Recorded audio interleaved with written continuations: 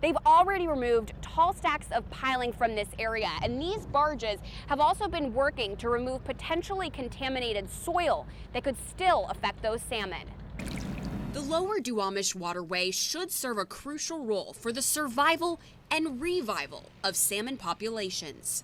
Every adult salmon that wants to spawn in the river has to swim past this point, and the juvenile salmon, once they've hatched out of the gravel, have to migrate downstream past this location as well.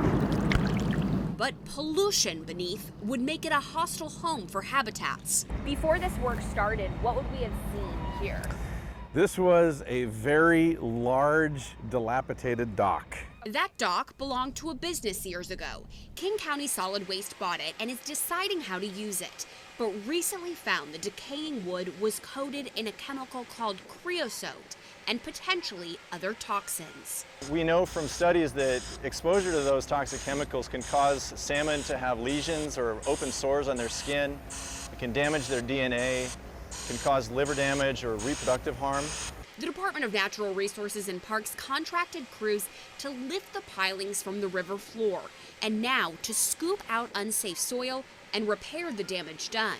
We saw an opportunity and a responsibility to clean up this mess, even though we didn't really create it. This is just one in a number of river restoration projects for salmon, wildlife, and people who live along them.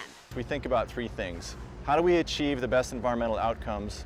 How do we deliver benefits from a healthy environment to people? And how do we make sure that those benefits are being delivered to people equitably? Watershed-wide, there's still more work to do, both to clean up from the past and to prevent further pollutants. As we have taken ownership of this property, we've also really tried to live by our environmental values and recognized we need to clean this up and improve the natural habitat. From Harbor Island, Erica Zucco, King 5 News.